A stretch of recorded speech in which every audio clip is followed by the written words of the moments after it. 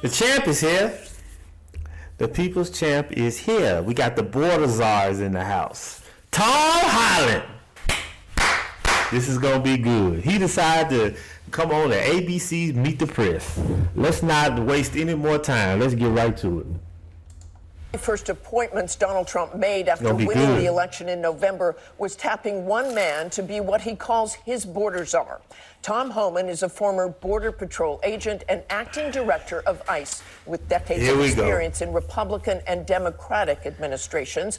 I sat down with him this week and began our conversation by asking him about the role of the U.S. military. We got military on the border, not only helping us with departure flights on military planes, but they're helping to build infrastructure. They're putting up Constantino where they're down there to create a secure border and lock that border down. And DOD's helped administrations before, but not at this level. Tom don't look that well, man. He look like he ain't been getting no sleep. Don't he? He don't look too well. Look at Tom. Look at Tom, bro. Tom look like, I don't want to mess with Tom. I tell you that. He don't take no crap. So it's a force multiplier, and it's sending a strong signal to the world. Our border's closed. So is this what we will see every single day, ending in what the president has promised is millions and millions being deported? Yes, but you're going to see the numbers steadily increase, the number of arrests nationwide as we open up the aperture.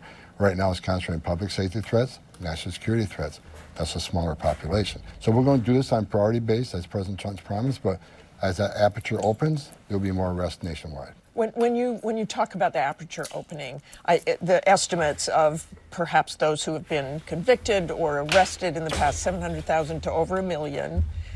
So after you do that, then you go after everybody who is there illegally.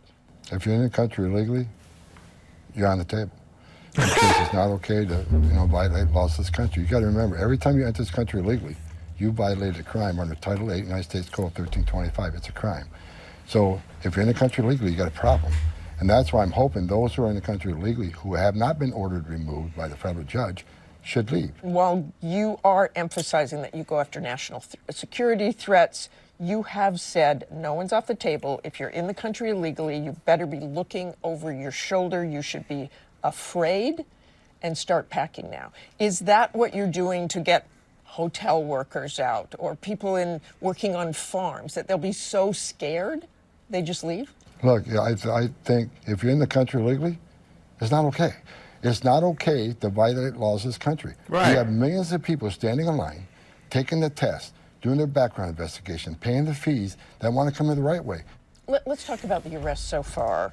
He right. And this whole thing with this liberal news media that says because they're working a job, like it's okay for them to be here illegally because they working a job and contributing to the economy or whatever excuse they coming up with. No, it don't work like that. You're here illegally. I don't give a damn if you're working at the goddamn hospital delivering babies, which we know you're not doing, but I don't give a damn what your job is. You're here illegally. You need to get out and come through the right way. Follow the rules and follow the process. Numbers released the first day were over 500, and there were reports that one was a suspected terrorist, others were gang members. Were all of the people who were arrested on day one, as far as you know, convicted criminals or those who had been arrested before? No. And let me explain that. There are collateral arrests. Where do collateral arrests happen? Sanctuary cities. And this is important we understand that. Sanctuary cities lock us out of the jails. So instead of ICE being able to arrest the bad guy, the criminal alien, in the safety and security of a jail where the officer's safe, the alien's safe, and the public's safe, sanctuary cities release them back in the community, which endangers the community, putting the criminal alien back in the community. But when we find him, he's going to be with others, most likely. Many times they're with others. If they're in the country illegally, they're coming too.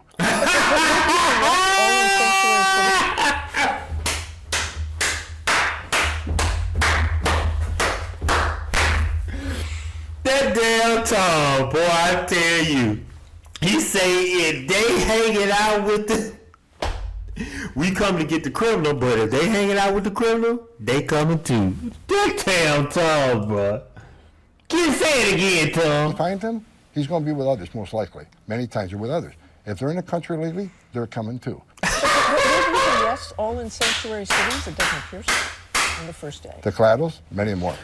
I don't have the exact breakdown, but again, so the arrests in cities, Massachusetts, in Chelsea, Massachusetts. What the hell matters? What does it matter if it's in a sanctuary city, a not sanctuary city, a emancipated city, masturbated city, whatever you want to call it? It don't matter what city they're in. They're here illegal. They gotta go, lady. Why? Cause Tom Homan said so. The border czar. Which the governor said it's great to arrest the criminals who are convicted. Get them out of here. But were there people taken there as well who were not convicted? I'm They don't have to be as you convicted. say, I'm sure. I answer that for you, Tom. It don't matter if they're convicted. If they're here illegally, they broke the law. They gotta go, man. Shit, what does it matter if they convicted or not? They are. You talk about these numbers expanding. 500 the first day. That ain't nothing. What do you think you can get up to? As many as we can get. As many, so What can happen at this point, given your manpower? Look, I think we're in the beginning stages. We're bringing more resources into this operation. As a whole of government, we're going to have DOJ assisting us. And like the DOD piece, helping build infrastructure, helping the transportation, that takes ICE, badges and guns out of those duties and puts them on the street. I want to go back to who you're deporting. Aside from the long list of executive actions, the administration said it will no longer tell ICE agents they have to avoid sensitive locations, including schools, hospitals, churches. Damn. Benjamin Huffman, the acting Homeland Security Secretary, said in a statement, criminals will no longer be able to hide in America's schools and churches to avoid arrest. What criminals are hiding in schools? Look, Middle schools. Elementary schools. You going to go into those? Yep. How many MS-13 members are the age of 14 to 17? Many of them. So, look, if it's a national security threat, public safety threat, and what you need to understand is a case by case. Name another agency, another law enforcement agency that has those type of requirements that they can't walk into a school or a doctor's office or on a medical campus. No other agencies have those standards. These are well-trained officers with a lot of discretion, and when it comes to sensitive location, there's still going to be supervisory review. So it's not like it's an open issue, but ICE officers should have discretion to decide if a national security threat or a public safety threat's in one of these facilities, then there should be an option for them to make the arrest. But someday you could go into those schools and grab people who are just in the country illegally. On a case-by-case basis, depending who they are, what the circumstances are. Case by case. It's never a zero game. You know that this creates fear in the immigrant community. The chair of the U.S. Conference of Bishops Committee said turning places of care, healing, and solace into places of fear and uncertainty for those in need while in danger. Maybe that's the problem, lady. Maybe there isn't enough fear going around. That's why they just coming crossing the border illegally and coming over here committing all these crimes, breaking into these NFL players, these athletes' homes and all that kind of stuff. Maybe that's the problem, lady. It ain't enough fear.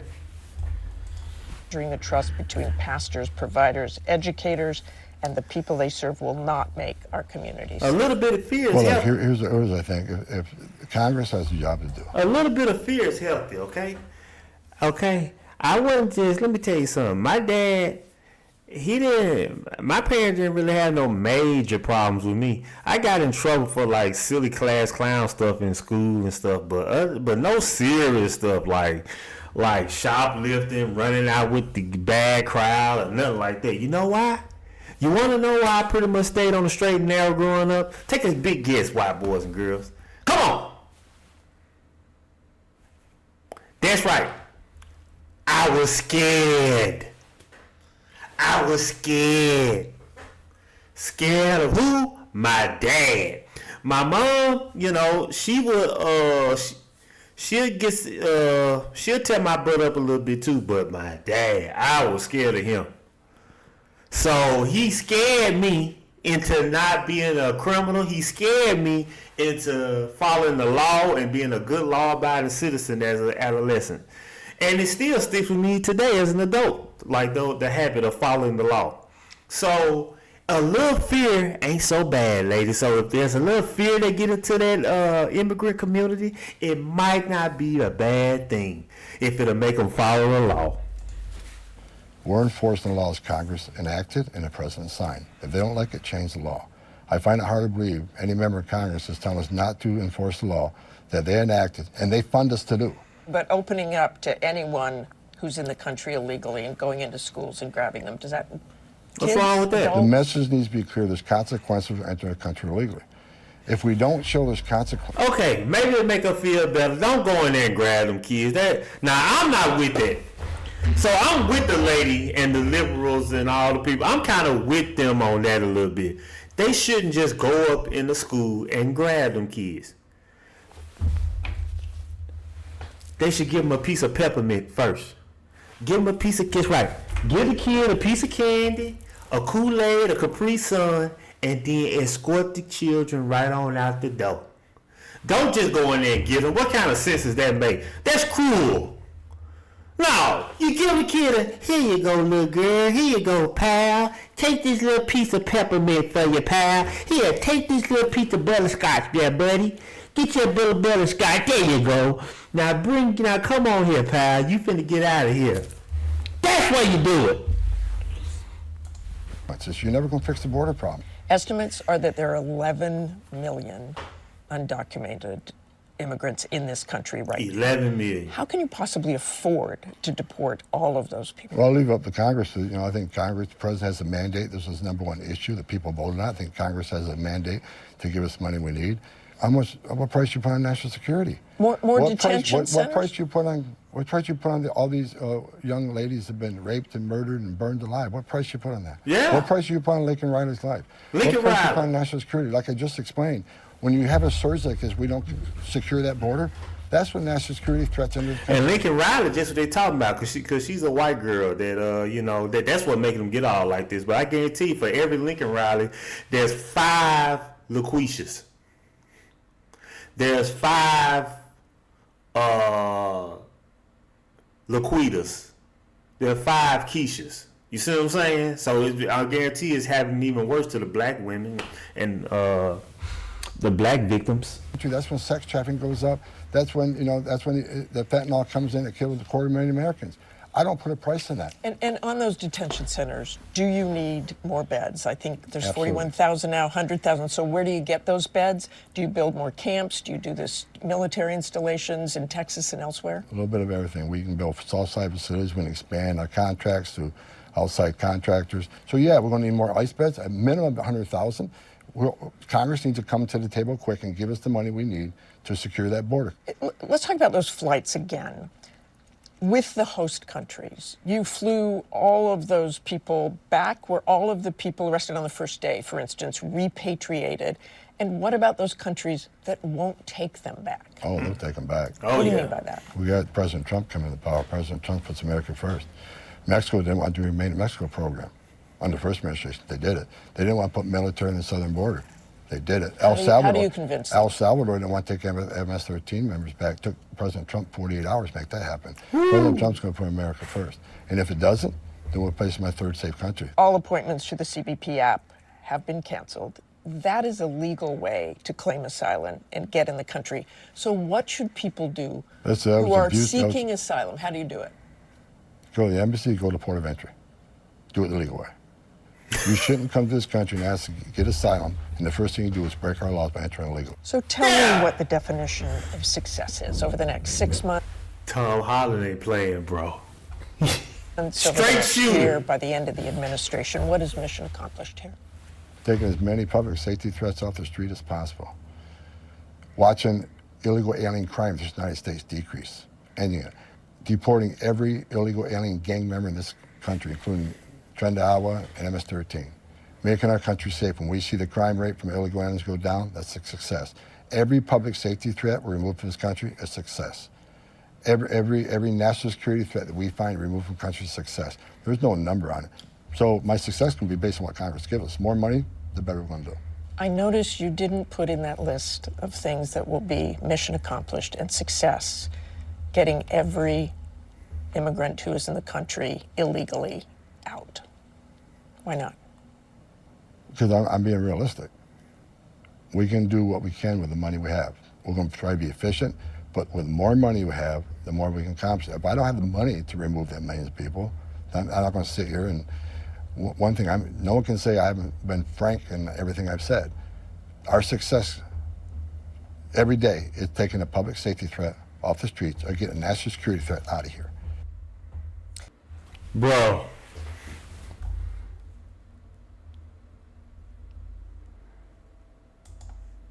Hey. Tom Holland ain't playing, bro. Tom Holland ain't playing with you illegal immigrants. Y'all better, let me tell you, man. This is my advice to you. Make it easy on yourself and get out while you can. Don't let them come drag you out. Tom Holland ain't playing. Now, you want to play and test your luck? Have at it. But I'm telling you, Tom Holland ain't playing.